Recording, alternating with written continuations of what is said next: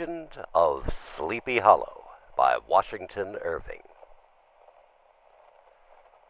Found among the papers of the late Dietrich Knickerbocker. A pleasing land of drowsy head it was, of dreams that wave before the half-shut eye, and of gay castles in the clouds that pass, forever flushing round a summer sky. From Castle of Indolence. In the bosom of one of those spacious coves which indent the eastern shore of the Hudson, at that broad expansion of the river denominated by the ancient Dutch navigators the Tappan Zee, and where they always prudently shortened sail and implored the protection of St. Nicholas when they crossed, there lies a small market town or rural port, which by some is called Greensburg, but which is more generally and properly known by the name of Tarrytown.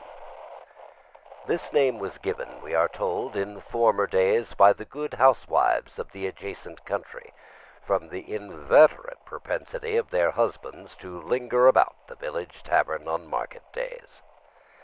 Be that as it may, I do not vouch for the fact, but merely advert to it, for the sake of being precise and authentic.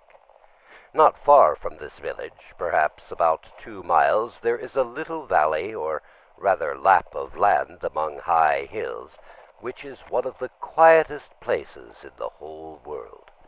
A small brook glides through it, with just murmur enough to lull one into repose, and the occasional whistle of a quail or tapping of a woodpecker is almost the only sound that ever breaks in upon the uniform tranquillity. I recollect that when a stripling my first exploit in squirrel shooting was in a grove of tall walnut trees that shades one side of the valley. I had wandered into it at noontime, when all nature is peculiarly quiet, and was startled by the roar of my own gun as it broke the Sabbath stillness around, and was prolonged and reverberated by the angry echoes. If ever I should wish for a retreat whither I might steal from the world and its distractions, and dream quietly away the remnant of a troubled life, I know of none more promising than this little valley.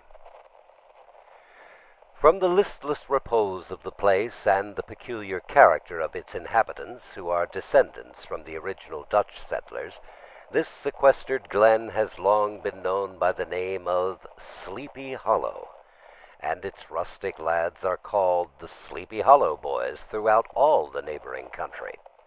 A drowsy, dreamy influence seems to hang over the land, and to pervade the very atmosphere.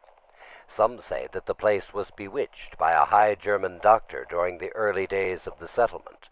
Others, that an old Indian chief, the prophet or wizard of his tribe, held his powwows there before the country was discovered by Master Henrik Hudson. Certain it is that the place still continues under the sway of some witching power that holds a spell over the minds of the good people, causing them to walk in a continual reverie. They are given to all kinds of marvelous beliefs, are subject to trances and visions, and frequently see strange sights and hear music and voices in the air. The whole neighborhood abounds with local tales, haunted spots, and twilight superstitions. Stars shoot and meteors glare oftener across the valley than in any other part of the country, and the nightmare, with her whole ninefold, seems to make it the favorite scene of her gambols.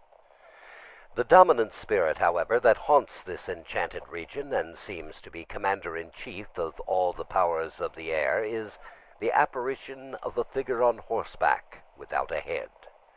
It is said by some to be the ghost of a Hessian trooper, whose head had been carried away by a cannonball in some nameless battle during the Revolutionary War, and who is ever and anon seen by the country folk hurrying along in the gloom of night as if on the wings of the wind.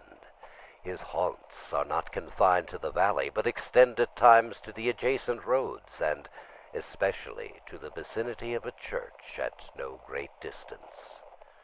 Indeed, certain of the most authentic historians of these parts, who have been careful in collecting and collating the floating facts concerning this spectre, allege that, the body of the trooper having been buried in the churchyard, the ghost rides forth to the scene of battle in nightly quest of his head, and that the rushing speed with which he sometimes passes along the hollow, like a midnight blast, is owing to his being belated and in a hurry to get back to the churchyard before daybreak. Such is the general purport of this legendary superstition, which has furnished materials for many a wild story in that region of shadows, and the spectre is known at all the country firesides by the name of the Headless Horseman of Sleepy Hollow. It is remarkable that the visionary propensity I have mentioned is not confined to the native inhabitants of the valley, but is unconsciously imbibed by everyone who resides there for a time. However wide awake they may have been before they entered that sleepy region, they are sure in a little time to inhale the witching influence of the air and begin to grow imaginative, to dream dreams, to see apparitions. I mention this peaceful spot with all possible laud, for it is in such little retired Dutch valleys, found here and there embosomed in the great state of New York, that population, manners, and customs remain fixed, while the great torrent of migration and improvement, which is making such incessant changes in other parts of this restless country, sweeps by them unobserved. They are like those little nooks of still water which border a rapid stream, where we may see the straw and bubble riding quietly at anchor, or slowly revolving in their mimic harbor, undisturbed by the rush of the passing current. Though many years have elapsed since I trod the drowsy shades of Sleepy Hollow, yet I question whether I should not still find the same trees and the same families vegetating in its sheltered bosom. In this by-place of nature there abode, in a remote period of American history, that is to say some 30 years since, a worthy wight of the name of Ichabod Crane, who sojourned, or as he expressed it, tarried, in Sleepy Hollow, for the purpose of instructing the children of the vicinity. He was a native of Connecticut, a state which supplies the Union with pioneers for the mind as well as for the forest, and sends forth yearly its legions of frontier woodmen and country schoolmasters. The cognomen of Crane was not inapplicable to his person. He was tall, but exceedingly lank, with narrow shoulders, long arms and legs, hands that dangled a mile out of his sleeves, feet that might have served for shovels, and his whole frame most loosely hung together. His head was small and flat at top, with huge ears, large green glassy eyes, and a long snipe nose, so that it looked like a weathercock perched atop his spindle neck to tell which way the wind blew. To see him striding along the profile of a hill on a windy day, with his clothes bagging and fluttering about him, one might have mistaken him for the genius of famine descending upon the earth, or some scarecrow eloped from a cornfield. His schoolhouse was a low building of one large room, rudely constructed of logs, the windows partly glazed and partly patched with leaves of old copybooks. It was most ingeniously secured at vacant hours by a withe twisted in the handle of the door, and stakes set against the window shutters, so that, though a thief might get in with perfect ease, he would find some embarrassment in getting out, an idea most probably borrowed by the architect Jost van Houten from the mystery of an eel pot. The schoolhouse stood in a rather lonely but pleasant situation, just at the foot of a woody hill, with a brook running close by, and a formidable birch tree growing at one end of it. From hence the low murmur of his pupils' voices, conning over their lessons, might be heard on a drowsy summer's day, like the hum of a beehive, interrupted now and then by the authoritative voice of the master, in the tone of menace or command, or peradventure by the appalling sound of the birch, as he urged some tardy loiterer along the flowery path of knowledge. Truth to say, he was a conscientious man, and ever bore in mind the golden maxim, spare the rod and spoil the child. Ichabod Crane's scholars certainly were not spoiled. I would not have it imagined, however, that he was one of those cruel potentates of the school who joy in the smart of their subjects. On the contrary, he administered justice with discrimination rather than severity, taking the burden off the backs of the weak and laying it on those of the strong. Your mere puny stripling, that winced at the least flourish of the rod, was passed by with indulgence, but the claims of justice were satisfied by inflicting a double portion on some little tough, wrong-headed, broad-skirted Dutch urchin who sulked and swelled and grew dogged and sullen beneath the birch. All this he called doing his duty by their parents, and he never inflicted a chastisement without following it by the assurance, so consolatory to the smarting urchin, that he would remember it and thank him for it the longest day he had to live. When school hours were over, he was even the companion and playmate of the larger boys, and on holiday afternoons would convoy some of the smaller ones home, who happened to have pretty sisters or good housewives for mothers, noted for the comforts of their cupboard. Indeed, it behooved him to keep on good terms with his pupils. The revenue arising from his school was small, and would have been scarcely sufficient to furnish him with daily bread, for he was a huge feeder, and though lank, he had the dilating powers of an anaconda. But to help out his maintenance, he was, according to country custom in those parts, boarded and lodged at the houses of the farmers whose children he instructed. With these he lived successively a week at a time, thus going the rounds of the neighborhood with all his worldly effects tied up in a cotton handkerchief. That all this might not be too onerous on the purses of his rustic patrons, who are apt to consider the costs of schooling a grievous burden, and schoolmasters as mere drones, he had various ways of rendering himself both useful and agreeable. He assisted the farmers occasionally in the lighter labors of their farms, helped to make hay, mended the fences, took the horses to water, drove the cows from pasture, and cut wood for the winter fire. He laid aside, too, all the dominant dignity and absolute sway with which he lorded it in his little empire, the school, and became wonderfully gentle and ingratiating. He found favor in the eyes of the mothers by petting the children, particularly the youngest, and like the lion bold, which will whom so magnanimously the lamb did hold, he would sit with a child upon one knee, and rock a cradle with his foot for hours together. In addition to his other vocations, he was the singing master of the neighborhood, and picked up many bright shillings by instructing the young folks in psalmody. It was a matter of no little vanity to him on Sundays to take his station in front of the church gallery with a band of chosen singers, where, in his own mind, he completely carried away the palm from the parson. Certain it is, his voice resounded far above all the rest of the congregation, and there are particular quavers still to be heard in that church, and which may even be heard a half-mile off, quite to the opposite side of the mill-pond on a still Sunday morning, which are said to be legitimately descended from the nose of Ichabod Crane.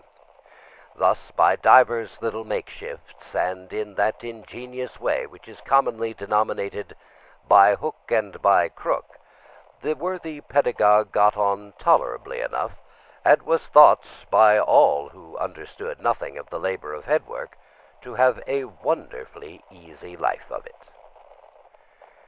The schoolmaster is generally a man of some importance in the female circle of a rural neighborhood, being considered a kind of idle, gentlemanly personage, of vastly superior taste and accomplishments to the rough country swains, and indeed inferior in learning only to the parson. His appearance, therefore, is apt to occasion some little stir at the tea-table of a farmhouse. and the addition of a supernumerary dish of cakes or sweetmeats, or peradventure the parade of a silver teapot. Our man of letters, therefore, was peculiarly happy in the smiles of all the country damsels. How he would figure among them in the churchyard between services on Sundays, gathering grapes for them in the wild vines that overran the surrounding trees, reciting for their amusement all the epitaphs on the tombstones, or sauntering with a whole bevy of them along the banks of the adjacent mill pond, while the more bashful country bumpkins hung sheepishly back, envying his superior elegance and address. From his half-itinerant life, also, he was a kind of traveling gazette, carrying the whole budget of local gossip from house to house, so that his appearance was always greeted with satisfaction. He was, moreover, esteemed by the women as a man of great erudition, for he had read several books quite through, and was the perfect master of Cotton Mather's History of New England Witchcraft, in which, by the way, he most firmly and potently believed. He was, in fact, an odd mixture of shrewdness and simple credulity. His appetite for the marvelous and his powers of digesting it were equally extraordinary, and both had been increased by his residence in this spellbound region. No tale was too gross or monstrous for this capricious swallow.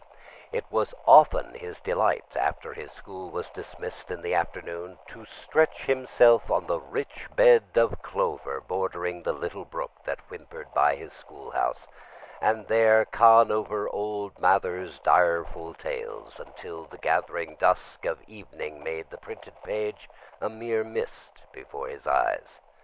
Then, as he wended his way by swamp and stream and awful woodland to the farmhouse where he happened to be quartered, every sound of nature, at that witching hour, fluttered and excited imagination.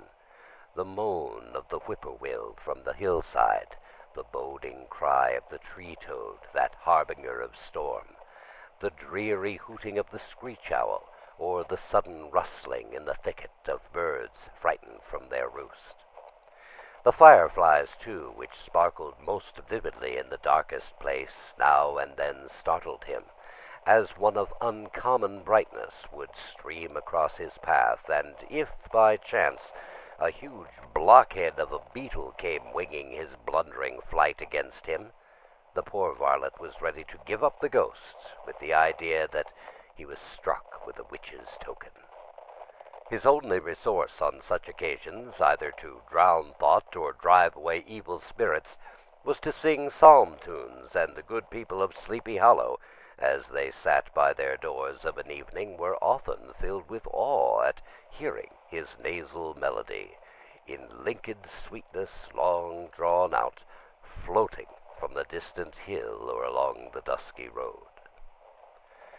Another of his sources of fearful pleasure was to pass long winter evenings with the old Dutch wives, as they sat spinning by the fire, with a row of apples roasting and spluttering along the hearth, and to listen to their marvelous tales of ghosts and goblins and haunted fields and haunted brooks and haunted bridges and haunted houses, and particularly of the headless horseman, or galloping Hessian of the hollow, as they sometimes called him.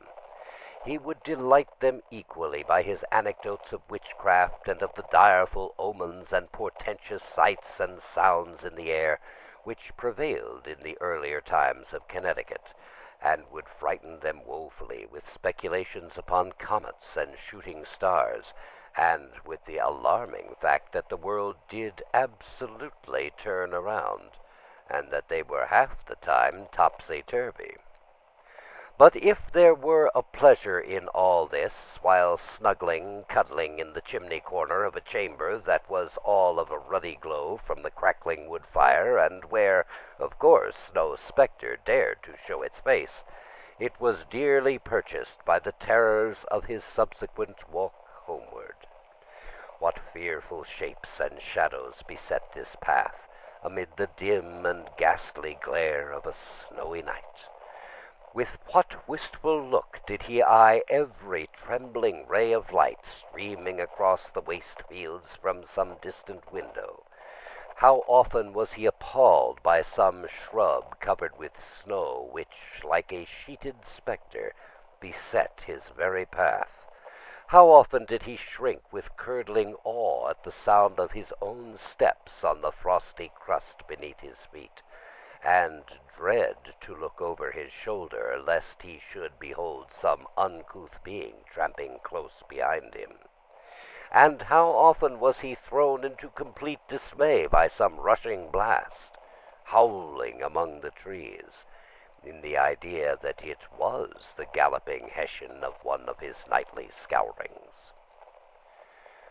All these, however, were mere terrors of the night, phantoms of the mind that walk in darkness, and though he had seen many spectres in his time, and had been more than once beset by Satan in divers shapes in his lonely perambulations, yet daylight put an end to all these evils, and he would have passed a pleasant life of it, in spite of the devil and all his works, if his path had not been crossed by a being that causes more perplexity to mortal man than ghosts, goblins, and the whole race of witches put together, and that was a woman.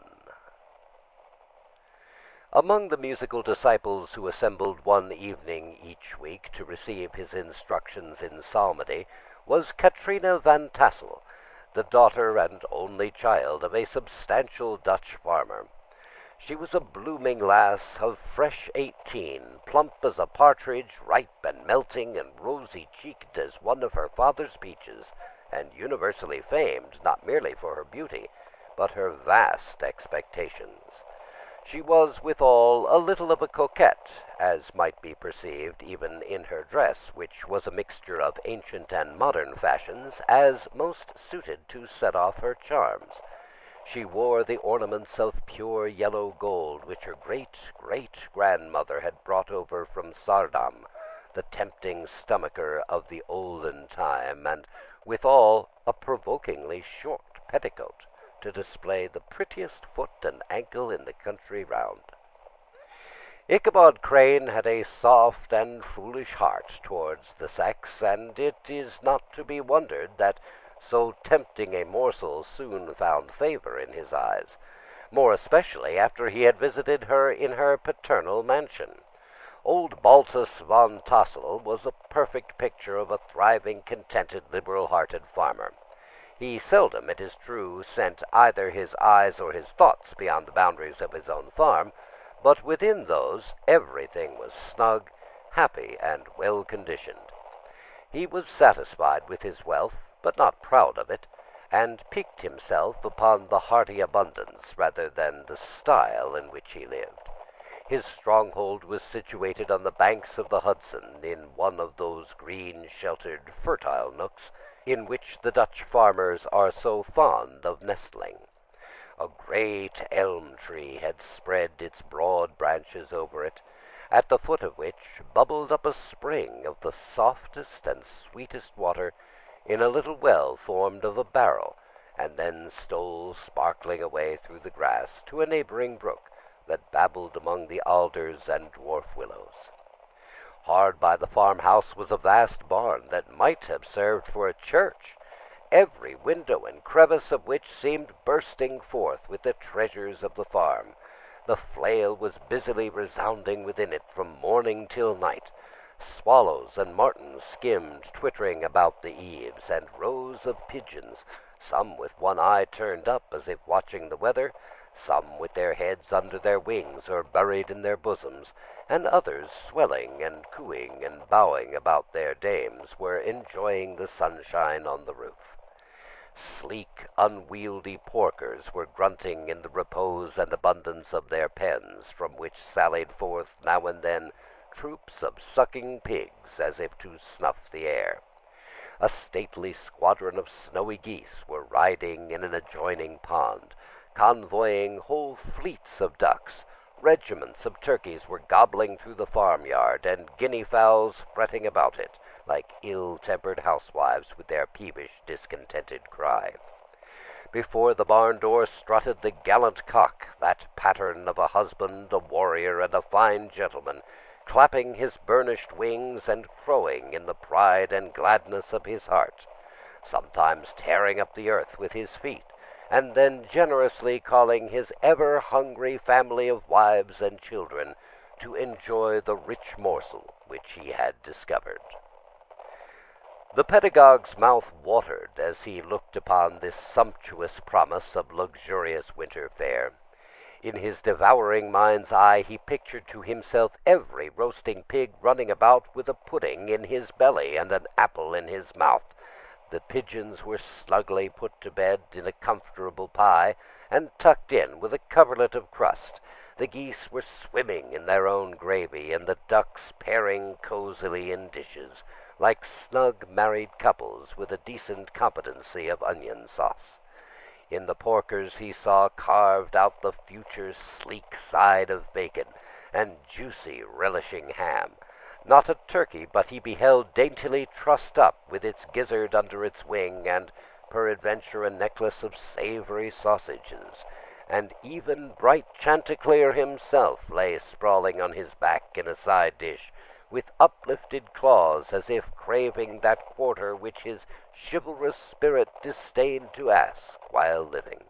As the enraptured Ichabod fancied all this, and as he rolled his great green eyes over the fat meadow lands, the rich fields of wheat, of rye, of buckwheat, and Indian corn, and the orchards burdened with ruddy fruit which surrounded the warm tenement of Van Tassel, his heart yearned after the damsel who was to inherit these domains, and his imagination expanded with the idea how they might be readily turned into cash, and the money invested in immense tracts of wild land and shingle palaces in the wilderness.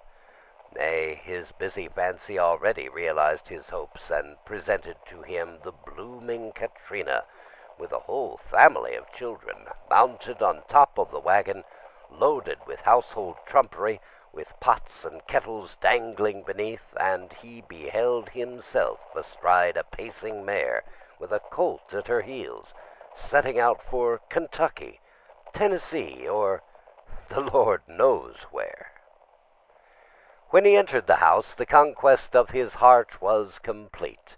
It was one of those spacious farmhouses with high-ridged but lowly sloping roofs, built in the style handed down from the first Dutch settlers, the low projecting eaves forming a piazza along the front, capable of being closed up in bad weather. Under this were hung flails, harness, various utensils of husbandry, and nets for fishing in the neighboring river. Benches were built along the sides for summer use, and a great spinning wheel at one end, and a churn at the other, showed the various uses to which this important porch might be devoted. From this piazza the wondering Ichabod entered the hall which formed the center of the mansion, and the place of usual residence. Here rows of resplendent pewter, ranged on a long dresser, dazzled his eyes. In one corner hung a huge bag of wool ready to be spun, in another a quantity of linsey-woolsey just from the loom. Ears of Indian corn and strings of dried apples and peaches hung in gay festoons along the walls, mingled with the gaud of red peppers, and a door, left ajar, gave him a peep into the best parlor, where the claw-footed chairs and dark mahogany tables shone like mirrors. Andirons with their accompanying shovel and tongs glistened from their covert of asparagus tops. Mock oranges and conch shells decorated the mantelpiece. Strings of various colored bird eggs were suspended above it. A great ostrich egg was hung from the center of the room, and a corner cupboard, knowingly left open, displayed immense treasures of old silver and well-mended china. From the moment Ichabod laid his eyes upon these regions of delight, the peace of his mind was at an end, and his only study was how to gain the affections of the peerless daughter of Van Tassel. In this enterprise, however, he had more real difficulties than generally fell to the lot of a knight-errant of yore, who seldom had anything but giants, enchanters, fiery dragons, and such like easily conquered adversaries to contend with, and had to make his way merely through gates of iron and brass, and walls of adamant to the castle keep, where the lady of his heart was confined. All of which he achieved as easily as a man would carve his way to the center of a Christmas pie, and then the lady gave him her hand as a matter of course.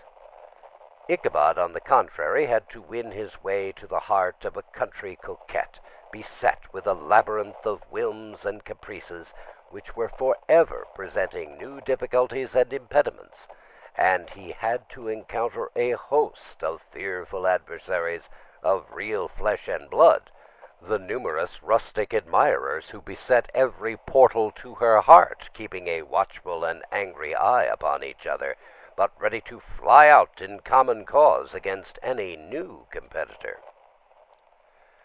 Among these, the most formidable was a burly, roaring, roistering blade of the name of Abraham, or, according to the Dutch abbreviation, Brom van Brunt, the hero of the country round, which ranged with his feats of strength and hardihood. He was broad-shouldered and double-jointed, with short, curly black hair and a bluff, but not unpleasant countenance, having a mingled air of fun and arrogance. From his Herculean frame and great powers of limb he had received the nickname Brom Bones, by which he was universally known. He was famed for great knowledge and skill in horsemanship, being as dexterous on horseback as a Tartar. He was foremost at all races and cockfights, and with the ascendancy which bodily strength always acquires in rustic life, he was the umpire in all disputes, setting his hat on one side and giving his decisions with an air and tone that admitted to no gainsay or appeal. He was always ready for either a fight or a frolic, but had more mischief than ill will in his composition, and with all his overbearing roughness there was a strong dash of waggish good humor at bottom. He had 3 or 4 boon companions who regarded him as their model, and at the head of whom he scoured the country, attending every scene of feud or merriment for miles around. In cold weather he was distinguished by a fur cap, surmounted with a flaunting fox's tail, and when the folks at a country gathering descried this well-known crest at a distance, whisking about among the squad of hard riders, they always stood by for a squall. Sometimes his crew would be heard dashing along past farmhouses at midnight, with whoop and halloo like a troop of Don Cossacks, and the old dames, startled out of their sleep, would listen for a moment, till the hurry-scurry had clattered by, and then exclaimed, "Aye, there goes Brom Bones and his gang." The neighbors looked upon him with a mixture of awe, admiration, and goodwill, and when any madcap prank or rustic brawl occurred in the vicinity, they always shook their heads, and warranted Brom Bones was at the bottom of it. This rantipole hero had for some time singled out the blooming Katrina for the object of his uncouth gallantries, and though his amorous toyings were something like the gentle caresses and endearments of a bear, yet it was whispered that she did not altogether discourage his hopes. Certain it is, his advances were signals for rival candidates to retire, who felt no inclination to cross a lion in his amours, insomuch that when his horse was seen tied to Van Tassel's paling on a Sunday night, a sure sign that his master was courting, or, as it is termed, sparking, within, all other suitors passed by in despair, and carried the war to other quarters. Such was the formidable rival with whom Ichabod Crane had to contend, and, considering all things, a stouter man than he would have shrunk from the competition, and a wiser man would have despaired. He had, however, a happy mixture of pliability and perseverance in his nature. He was in form and spirit like a supple jack, yielding but tough. Though he bent, he never broke, and though he bowed beneath the slightest pressure, yet, the moment it was away, jerk, he was erect, and carried his head as high as ever. To have taken the field openly against his rival would have been madness, for he was not a man to be thwarted in his amours any more than that stormy lover Achilles. Ichabod, therefore, made his advances in a quiet and gently insinuating manner. Under cover of his character of singing-master, he made frequent visits at the farmhouse. Not that he had anything to apprehend from the meddlesome interference of parents, which is so often a stumbling block in the path of lovers. Balt Van Tassel was an easy, indulgent soul. He loved his daughter better than his pipe, and, like a reasonable man and an excellent father, let her have her way in everything. His notable little wife, too, had enough to do to attend to her housekeeping and manage her poultry, for, as she sagely observed, ducks and geese are foolish things and must be looked after, but girls can take care of themselves. Thus, while the busy dame bustled about the house or plied her spinning-wheel at the one end of the piazza, honest Balt would sit smoking his pipe at the other, watching the achievements of a little wooden warrior who, armed with a sword in each hand, was most valiantly fighting in the wind in the pinnacle of the barn. In the meantime, Ichabod would carry on his suit with the daughter by the side of the spring under the great elm, or sauntering along in the twilight, that hour so favorable to the lover's eloquence. I profess not to know how women's hearts are wooed and won. To me they have always been matters of riddle and admiration. Some seem to have but one vulnerable point or door of access, while others have 1,000 avenues, and may be captured in 1,000 different ways. It is a great triumph of skill to gain the former, but a still greater proof of generalship to maintain possession of the latter, for a man must battle for his fortress at every door and window. He who wins 1,000 common hearts is therefore entitled to some renown, but he who keeps undisputed sway over the heart of a coquette is indeed a hero. Certain it is, this was not the case with the redoubtable Brom Bones, and from the moment Ichabod Crane made his advances, the interests of the former evidently declined. His horse was no longer seen tied to the palings on Saturday nights, and a deadly feud gradually arose between him and the preceptor of Sleepy Hollow. Brom, who had a degree of rough chivalry in his nature, would fain have carried matters to open warfare, and have settled their pretensions to the lady, according to the mode of those most concise and simple reasoners, the knights-errant of yore, by single combat, but Ichabod was too conscious of the superior might of his adversary to enter the lists against him. He had overheard a boast of Bones that he would double the schoolmaster up and lay him on a shelf of his own schoolhouse, and he was too wary to give him an opportunity. There was something extremely provoking in this obstinately pacific system. It left Brom no alternative but to draw upon the funds of rustic waggery in his disposition, and to play off boorish practical jokes upon his rival. Ichabod became the object of whimsical persecution to Bones and his gang of rough riders. They harried his hitherto peaceful domains, smoked out the singing school by stopping up the chimney, broke into the schoolhouse at night in spite of its formidable fastenings of withe and window stakes, and turned everything topsy-turvy, so that the poor schoolmaster began to think all the witches in the country held their meetings there. But what was still more annoying, Brom took all the opportunities of turning him into ridicule in the presence of his mistress, and a scoundrel dog whom he taught to whine in the most ludicrous manner, and introduced as a rival of Ichabod's to instruct her in psalmody. In this way matters went on for some time, without producing any material effect on the relative situations of the contending powers. On a fine autumnal afternoon, Ichabod, in pensive mood, sat enthroned on the lofty stool from whence he usually watched all the concerns of his little literary realm. In his hand he swayed a ferule, that sceptre of despotic power. The birch of justice reposed on 3 nails behind the throne, a constant terror to evildoers, while on the desk before him might be seen sundry contraband articles and prohibited weapons detected upon the persons of idle urchins, such as half-munched apples, pop-guns, whirligigs, fly-cages, and whole legions of rampant little paper gamecocks.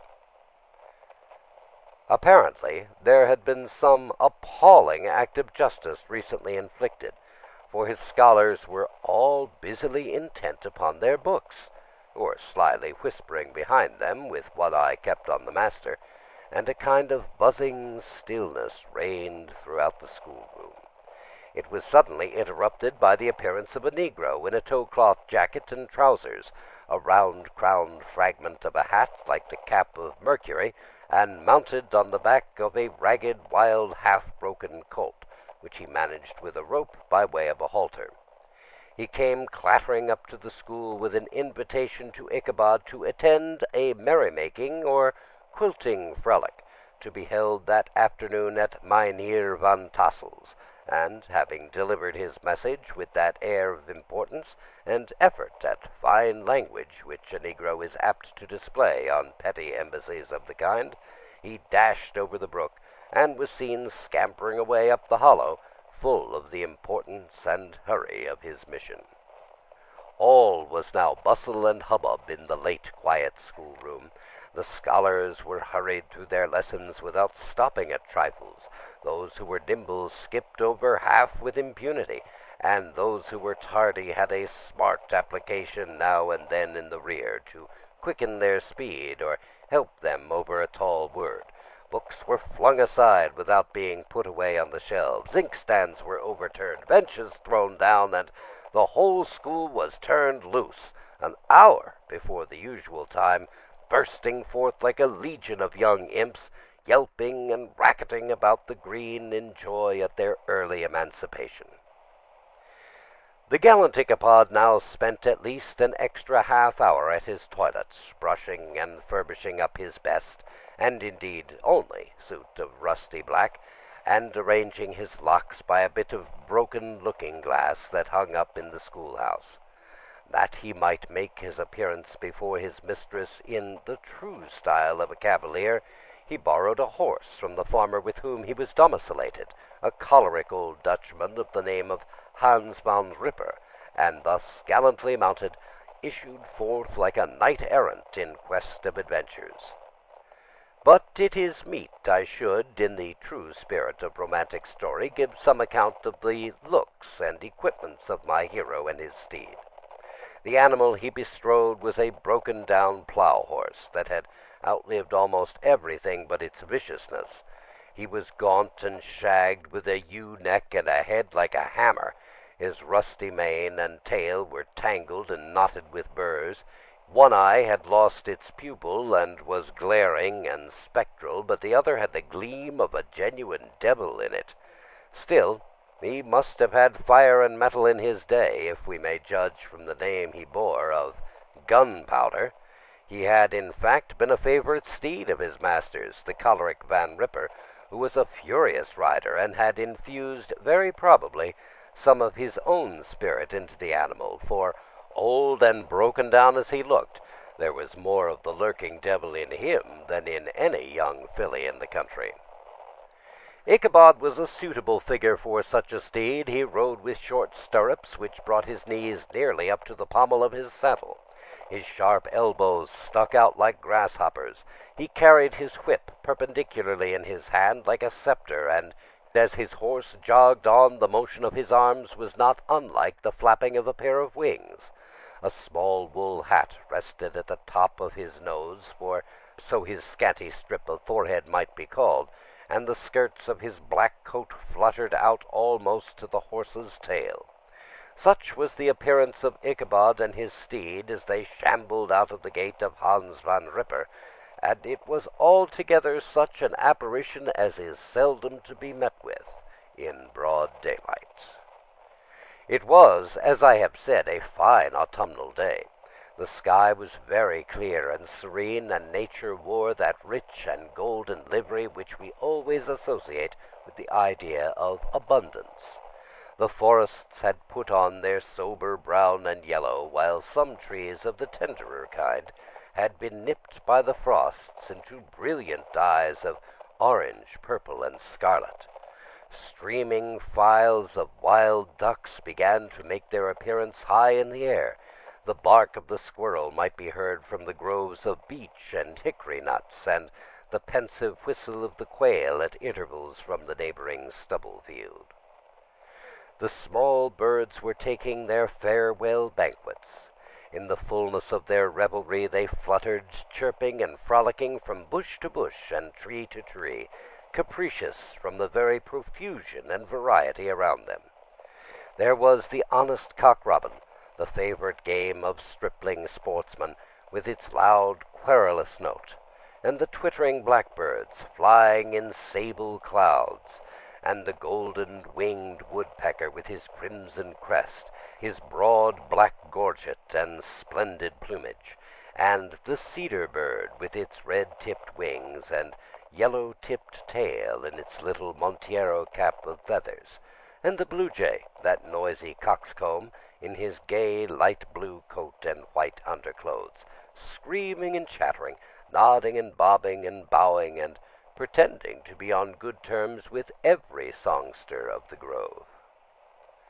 As Ichabod jogged slowly on his way, his eye, ever open to every symptom of culinary abundance, ranged with delight over the treasures of jolly autumn. On all sides he beheld vast store of apples, some hanging in oppressive opulence on the trees, some gathered into baskets and barrels for the market, others heaped up in rich piles for the cider press. Farther on he beheld great fields of Indian corn, with its golden ears peeping from their leafy coverts, and holding out the promise of cakes and hasty pudding, and the yellow pumpkins lying beneath them, turning up their fair round bellies to the sun, and giving ample prospects of the most luxurious of pies. And anon he passed the fragrant buckwheat fields, breathing the odor of the beehive, and as he beheld them, soft anticipations stole over his mind of dainty slapjacks, well buttered and garnished with honey or treacle by the delicate little dimpled hand of Katerina Van Tassel. Thus, feeding his mind with many sweet thoughts and sugared suppositions, he journeyed along the sides of a range of hills which look out upon some of the goodliest scenes of the mighty Hudson. The sun gradually wheeled his broad disk down in the west.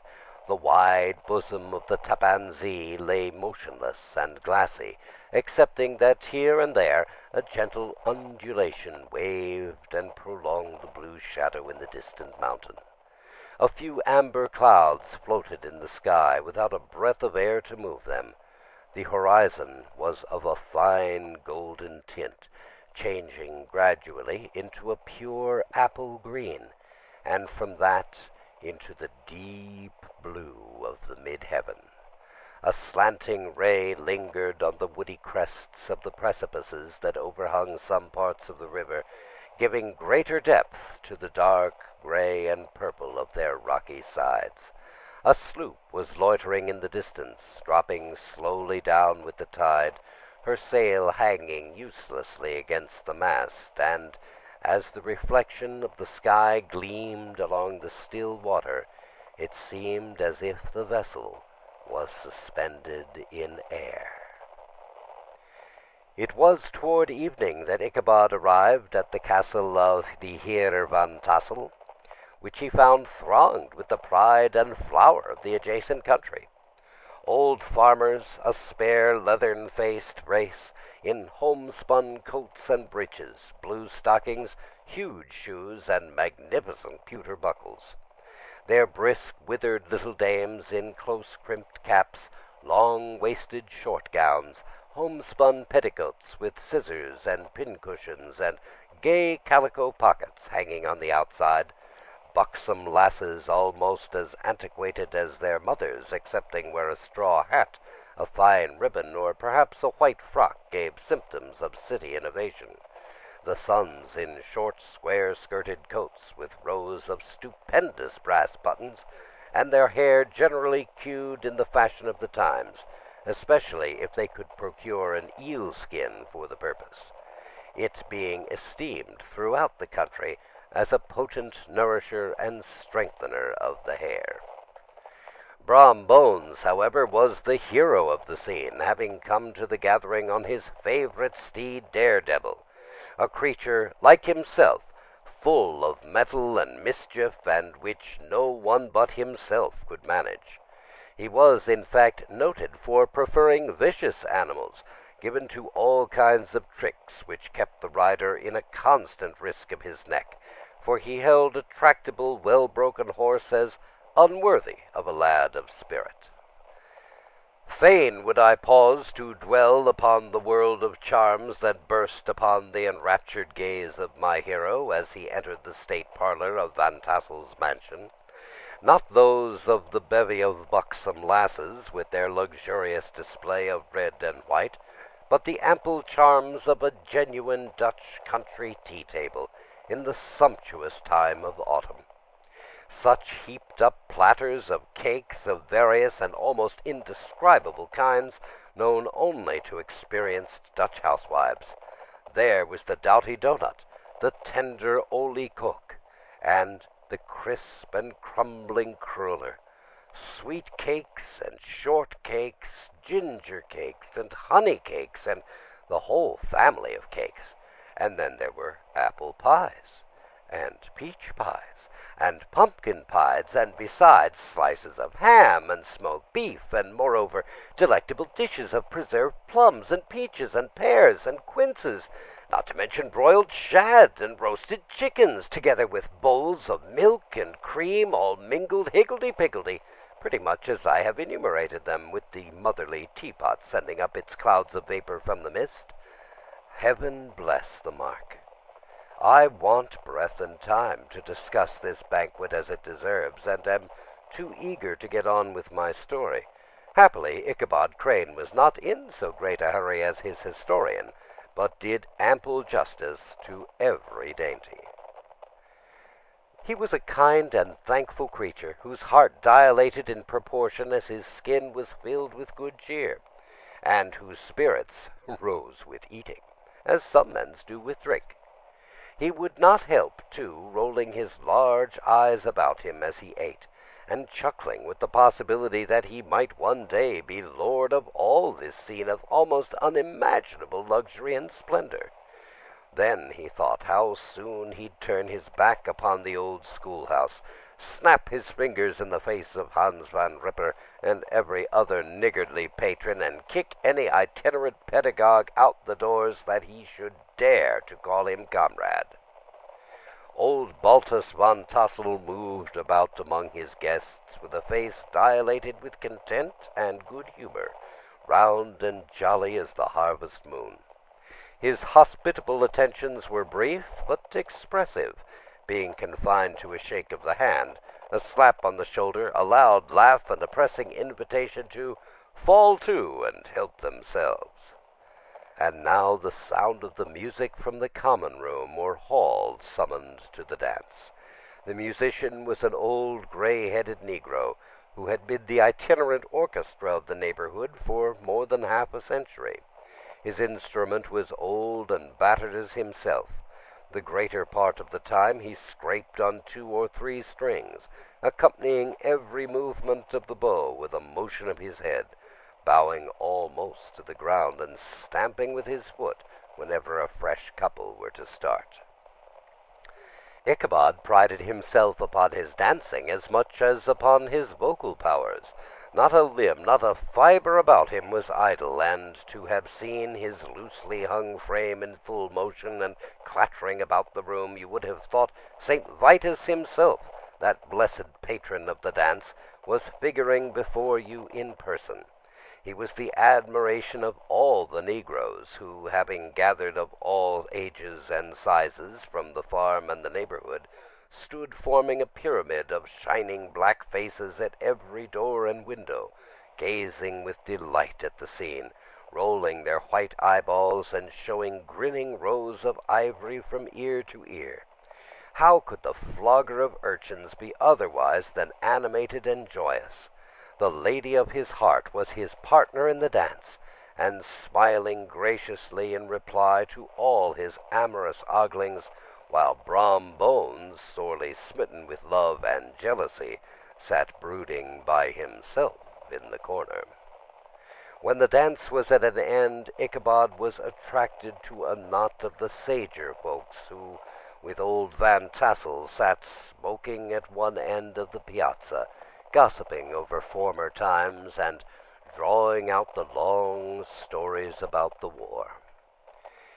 This neighborhood, at the time of which I am speaking, was one of those highly favored places which abound with chronicle and great men. The British and American line had run near it during the war, and it had, therefore, been the scene of marauding and infested with refugees, cowboys, and all kinds of border chivalry. Just sufficient time had elapsed to enable each storyteller to dress up his tale with a little becoming fiction, and in the indistinctness of his recollection to make himself the hero of every exploit. There was the story of Dofu Martling, a large blue-bearded Dutchman who had nearly taken a British frigate with an old iron 9-pounder from a mud breastwork, only that his gun burst at the 6th discharge. And there was an old gentleman who shall be nameless, being too rich a mineer to be lightly mentioned, who, in the Battle of White Plains, being an excellent master of defense, parried a musket ball with a small sword, insomuch that he absolutely felt it whiz round the blade and glance off the hilt, in proof of which he was ready at any time to show the sword, with the hilt a little bent. There were several more that had been equally great in that field, not one of whom but was persuaded that he had a considerable hand in bringing the war to a happy termination. But all these were nothing to the tales of ghosts and apparitions that succeeded. The neighborhood was rich in legendary treasures of the kind. Local tales and superstitions thrive best in these sheltered, long-settled retreats, but are trampled underfoot by the shifting throng that forms the population of most country places. Besides, there is no encouragement for ghosts in most of our villages, for they have scarcely had time to finish their first nap and turn themselves over in their graves before their surviving friends have traveled away from the neighborhood, so that when they turn out at night to walk their rounds, they have no acquaintance left to call upon. This is perhaps the reason why we so seldom hear of ghosts, except in our long-established Dutch communities. The immediate cause, however, of the prevalence of supernatural stories in these parts was doubtless owing to the vicinity of Sleepy Hollow. There was a contagion in the very air that blew from that haunted region. It breathed forth an atmosphere of dreams and fancies infecting all the land. Several of the Sleepy Hollow people were present at Van Tassel's, and, as usual, were doling out their wild and wonderful legends. Many dismal tales were told about funeral trains and mourning cries, and wailings heard and seen about the great tree where the unfortunate Major Andre was taken, and which stood in the neighborhood. Some mention was also given of the women in white that haunted the dark glen at Raven Rock, and was often heard to shriek on winter nights before a storm, having perished there in the snow. The chief part of the stories, however, turned about the favorite specter of Sleepy Hollow, the Headless Horseman, who had been heard several times of late patrolling the country, and, it was said, tethered his horse nightly among the graves in the churchyard. The sequestered situation of this church seems always to have made it a favorite haunt of troubled spirits. It stands on a knoll surrounded by locust trees and lofty elms, from among which its decent whitewashed walls shine modestly forth like Christian purity beaming through the shades of retirement. A gentle slope descends from it to a silver sheet of water, bordered by high trees, between which peeps may be caught at the blue hills of the Hudson. To look upon its grass-grown yard where the sunbeams seem to sleep so quietly, one would think that there, at least, the dead might rest in peace. On one side of the church extends a wide woody dell, along which raves of a large brook among broken rocks and trunks of fallen-down trees. Over a deep black part of the stream, not far from the church, was formerly thrown a wooden bridge. The road that led to it and the bridge itself were thickly shaded by overhanging trees, which cast a gloom about it even in the daytime, but occasioned a fearful darkness at night. Such was one of the favorite haunts of the Headless Horseman, and the place where he was most frequently encountered. The tale was told of old Broer, the most heretical disbeliever in ghosts, of how he met the horseman returning from his foray into Sleepy Hollow, and was obliged to get up behind him, and how they galloped over bush and brake, over hill and swamp, until they reached the bridge, when the horseman suddenly turned into a skeleton, threw old Broer into the brook, and sprang away over the tree-tops with a clap of thunder. This story was immediately matched by a thrice marvelous adventure of Brom Bones, who made light of the galloping Hessian as an errant jockey. He affirmed that on returning one night from the neighboring village of Sing Sing, he had been overtaken by this midnight trooper, that he had offered to race him for a bowl of punch, and should have won it too, for Daredevil beat that goblin horse all hollow. But just as they came to the church bridge, the Hessian bolted and vanished in a flash of fire. All these tales, told in that drowsy undertone with which men talk in the dark, the countenances of the listeners only now and then receiving a casual gleam from the glare of a pipe, sank deep in the mind of Ichabod. He repaid them in kind with large extracts from his invaluable author Cotton Mather, and added many marvelous events that had taken place in his native state of Connecticut, and fearful sights which he had seen in his nightly walks about Sleepy Hollow. The revel now gradually broke up. The old farmers gathered together their families in their wagons, and were heard for some time rattling along the hollow roads and over the distant hills. Some of the damsels mounted on pillions behind their favorite swains, and their light-hearted laughter, mingling with the clatter of hoofs, echoed through the dark, silent woodlands, sounding fainter and fainter, until they gradually died away, and the late scene of noise and frolic was all silent and deserted. Ichabod only lingered behind, according to the custom of country lovers, to have a tete-a-tete with the heiress, fully convinced that he was now on the high road to success. What passed at this interview I will not pretend to say, for, in fact, I do not know.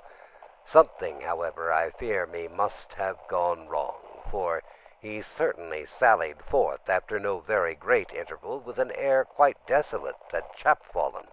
Oh, these women, these women!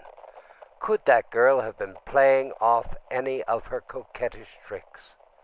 Was her encouragement of the poor pedagogue all a mere sham to secure her conquest of his rival? Heaven only knows, not I. Let it suffice to say that Ichabod stole forth with the air of one who has been sacking a hen-roost rather than a fair lady's heart. without looking to either left or right to notice the scene of rural wealth on which he had so often gloated. He went straight to the stable, and with several hearty cuffs and kicks roused his steed most uncourteously from the comfortable quarters in which he was soundly sleeping, dreaming of mountains of corn and oats, and whole valleys of timothy and clover.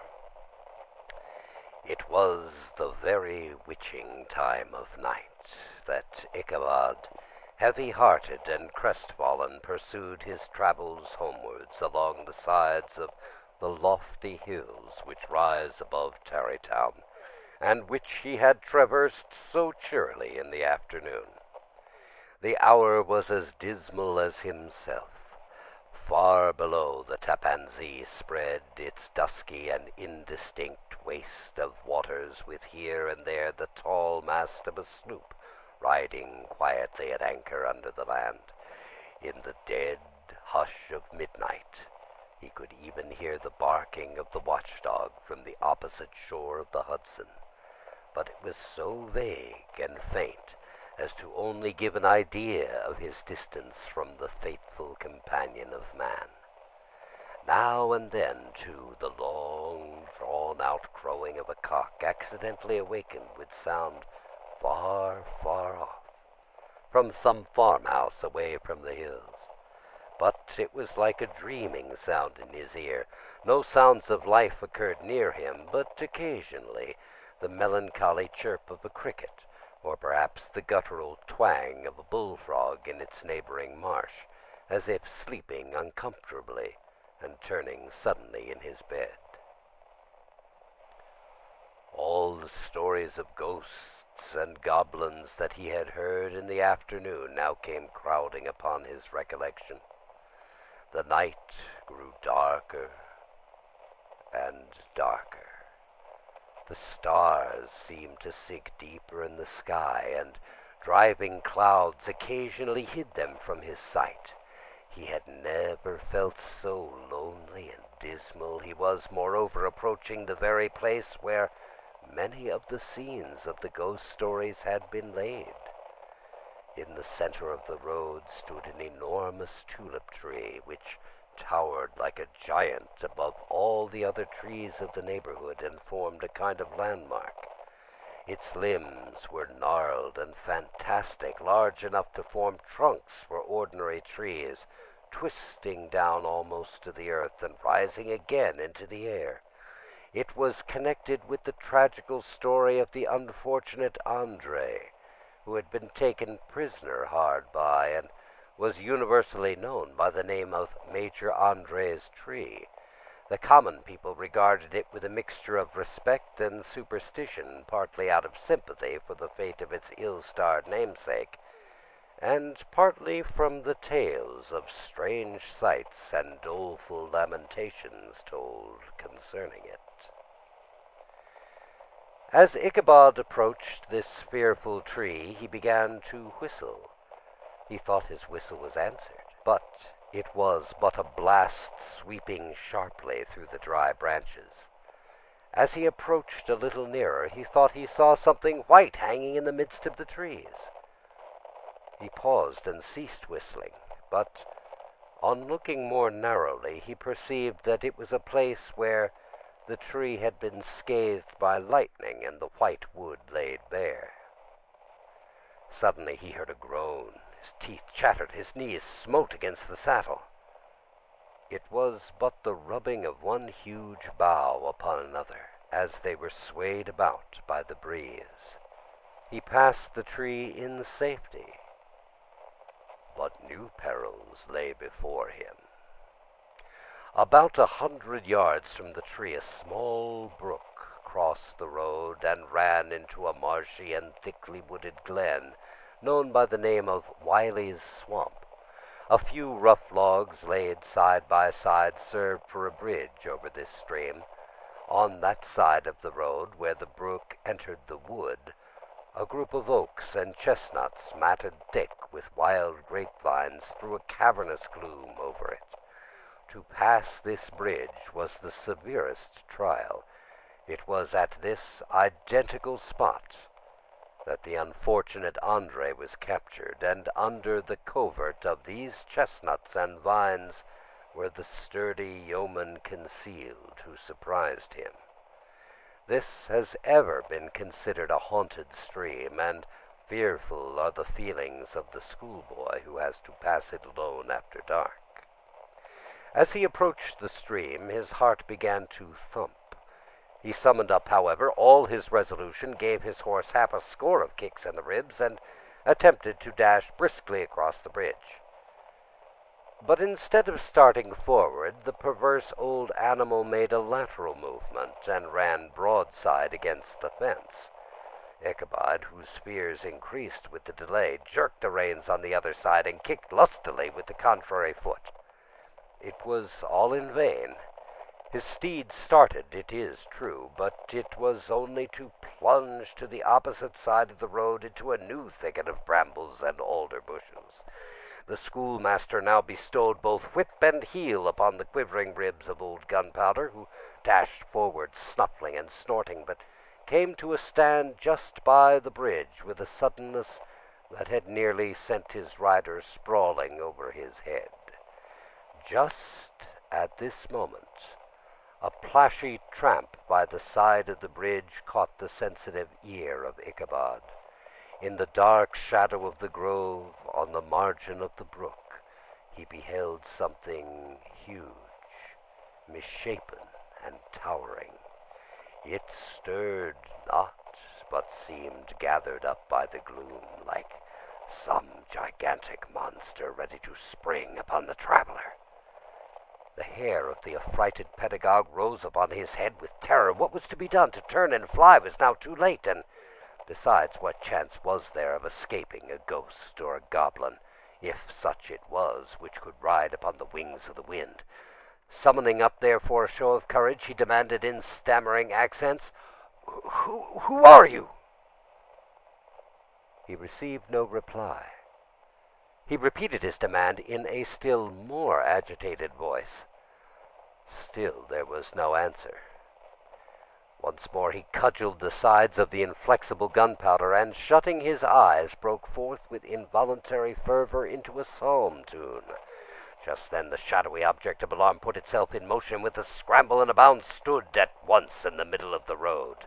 Though the night was dark and dismal, yet the form of the unknown might now in some degree be ascertained. He appeared to be a horseman of large dimensions, and mounted on a black horse of powerful frame. He made no offer of molestation or sociability, but came aloof on one side of the road, jogging along on the blind side of old Gunpowder, who had now got over his fright and waywardness. Ichabod, who had no relish for this strange midnight companion, and bethought himself of the adventure of Brom Bones with the galloping Hessian, now quickened his steed in hopes of leaving him behind. The stranger, however, quickened his horse to an equal pace. Ichabod pulled up, fell into a walk, thinking to lag behind, but the other did the same.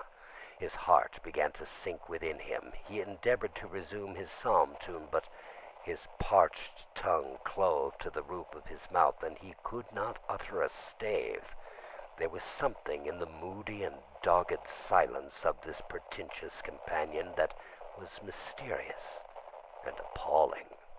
It was soon fearfully accounted for. On mounting a rising ground which brought the figure of his fellow traveler in relief against the sky, gigantic in height and muffled in a cloak, Ichabod was horror-struck on perceiving that he was headless. But his horror was still more increased on observing that the head, which should have rested on his shoulders, was carried before him on the pommel of his saddle. His terror rose to desperation. He rained a shower of kicks and blows upon Gunpowder, hoping by sudden movement to give his companion the slip. But the spectre started full jump with him. Away then they dashed through the thick and thin, stones flying, sparks flashing at every bound. Ichabod's flimsy garments fluttered in the air as he stretched his long, lank body away over his horse's head in the eagerness of his flight. They had now reached the road which turns off to Sleepy Hollow, but Gunpowder, who seemed possessed with a demon, instead of keeping up it, made an opposite turn, and plunged headlong downhill to the left. This road leads through a sandy hollow shaded by trees for about a quarter of a mile, where it crosses the famous bridge of the goblin story, and just beyond swells the green knoll on which stands the whitewashed church. As yet the panic of the steed had given his unskilful rider an apparent advantage in the chase, but just as he had got halfway through the hollow, the girths of the saddle gave way, and he felt it slipping under him. He seized it by the pommel and endeavored to hold it firm, but in vain, and he had just time to save himself by clasping old Gunpowder round the neck, when the saddle fell to the earth, and he heard it trampled underfoot by his pursuer. For a moment the terror of Hans Van Ripper's wrath passed across his mind, for it was his Sunday saddle, but this was no time for petty fears. The goblin was hard on his haunches, and unskilful rider that he was, he had much ado to maintain his seat, sometimes slipping on one side, and sometimes on another, and sometimes jolted on the high ridge of his horse's backbone with a violence that he verily feared would cleave him asunder. An opening in the trees now cheered him with the hopes that the church bridge was at hand. The wavering reflection of a silver star in the bosom of the brook told him he was not mistaken. He saw the walls of the church dimly glaring under the trees beyond. He recollected the place where Brom Bones' ghostly competitor has disappeared. "If I can but reach that bridge," thought Ichabod, "I am safe." Just then he heard the black steed panting and blowing close behind him, and even fancied that he felt its hot breath. Another convulsive kick in the ribs, and old Gunpowder sprang upon the bridge. He thundered over the resounding planks. He gained the opposite side, and now Ichabod cast a look behind to see if his pursuer should vanish according to rule in a flash of fire and brimstone. Just then he saw the goblin rising in his stirrups, and in the very act of hurling his head at him. Ichabod endeavored to dodge the horrible missile, but too late. It encountered his cranium with a tremendous crash. He was tumbled headlong into the dust, and Gunpowder, the black steed, and the goblin rider all passed by like a whirlwind. The next morning the old horse was found without his saddle, and with the bridle under his feet, soberly cropping the grass at his master's gate. Ichabod did not make his appearance at breakfast. Dinner hour came, but no Ichabod. The boys assembled at the schoolhouse and strolled idly about the banks of the brook, but no schoolmaster. Hans Van Ripper began to feel some uneasiness about the fate of poor Ichabod and his saddle. An inquiry was set afoot, and after diligent investigation they came upon his traces. In one part of the road leading to the church, he found the saddle trampled in the dirt. The tracks of horses' hooves deeply dented the road, and evidently at furious speed were traced to the bridge, beyond which, on the bank of a broad part of the brook, where the water ran deep and black, was found the hat of the unfortunate Ichabod, and close beside it a shattered pumpkin. The brook was searched, but the body of the schoolmaster was not to be discovered. Hans Van Ripper, as executor of his estate, examined the bundle which contained all his worldly effects. They consisted of 2 shirts and a half, 2 socks for the neck, a pair of 2 worsted stockings, an old pair of corduroy small clothes, a rusty razor, a book of psalm tunes full of dog ears, and a broken pitch pipe. As to the books and furniture of the schoolhouse, they belonged to the community, excepting Cotton Mather's History of Witchcraft, a New England almanac, and a book of dreams and fortune-telling, in which last was a sheet of foolscap, much scribbled and blotted in several fruitless attempts to make a copy of verses in honor of the heiress of Van Tassel. These magic books and the poetic scroll were forthwith consigned to the flames by Hans Van Ripper, who from that time forward determined to send his children no more to school, observing that he never knew any good came of that same reading and writing. Whatever money the schoolmaster possessed, and he had received his quarter's pay but a day or two before, he must have had about his person at the time of his disappearance. The mysterious event caused much speculation at the church on the following Sunday. Knots of gazers and gossips were collected in the churchyard, at the bridge, and at the spot where the hat and pumpkin had been found. The stories of Bror, of Bones, and of a whole budget of others were called to mind, and when they had diligently considered them all and compared them with the symptoms of the present case, they shook their heads and came to the conclusion that Ichabod had been carried off by the galloping Hessian. As he was a bachelor and in nobody's debt, nobody troubled his head any more about him, and the school was removed to a different quarter of the hollow, and another pedagogue reigned in his stead. It is true, an old farmer who had been down to New York on a visit several years earlier, and from whom this account of the ghostly adventure was received, brought home the intelligence that Ichabod Crane was still alive, and that had left the neighborhood partly through fear of the goblin and Hans Van Ripper, and partly in mortification at having been suddenly dismissed by the heiress, that he had changed his quarters to a distant part of the country, and kept school and studied law at the same time, had been admitted to the bar, turned politician, electioneered, written for the newspapers, and finally had been made a justice of the 10-pound court. Brom Bones, too, who shortly after his rival's disappearance conducted the blooming Katrina in triumph to the altar, was observed to look exceedingly knowing whenever the story of Ichabod was related, and always burst into a hearty laugh at the mention of the pumpkin, which led some to suspect that he knew more about the matter than he chose to tell. The old country wives, however, who were the best judges of these matters, maintain to this day that Ichabod was spirited away by supernatural means, and it is a favorite story often told about the neighborhood round the winter evening fire. The bridge became more than ever an object of superstitious awe, and that may be the reason why the road has been altered of late years, so as to approach the church by the border of the mill pond. The schoolhouse, being deserted, soon fell to decay, and was reported to be haunted by the ghost of the unfortunate pedagogue, and the ploughboy, loitering homeward of a still summer evening, has often fancied his voice at a distance, chanting a melancholy psalm tune among the tranquil solitudes of Sleepy Hollow.